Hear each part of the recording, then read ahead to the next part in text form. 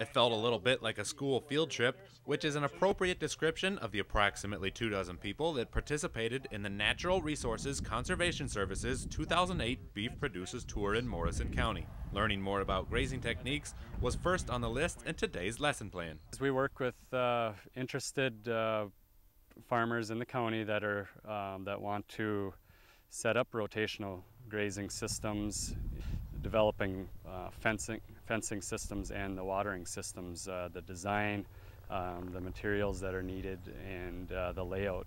The NRCS has brought their tour to Jason Baki's farm today to show just one example of the variety of ways to create a successful cattle operation. This is basically an example. They think I did a pretty decent job of putting the fences up and getting the pastures going so they can invite other producers or would-be producers to come and look and see what I've done here and maybe do the same at their place or some of the same stuff at their place. It's a lot of just learn by doing it, you know. You can't go to any school to learn how to do this. You can listen to other people and take what they say and use some of it, but you still have to learn most of it on your own. The overall theme to today's lesson is never stop learning, because farming is an art form as much as it is a science, and like all good forms of art, it can never truly be mastered. Right, that's what we try to do. You know, these things they're a lot of give and take, and we get enough experience together. You know, we can all benefit from that, and you know, everybody has their own unique situation, and they bring their perspective into that.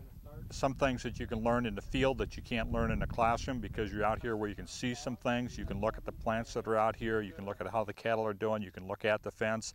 You can take pictures of some of those kinds of things and bring them into a classroom or into a meeting hall kind of a setting and talk about those things. But when you see it really live in the field, you get a lot of different feel for it, and you get a lot greater sense of the reality of what's being done, and again, what's working, what's not working, what needs to be worked on yet. And perhaps most importantly, working together. For Lakeland News at 10, I'm Aaron McElhern.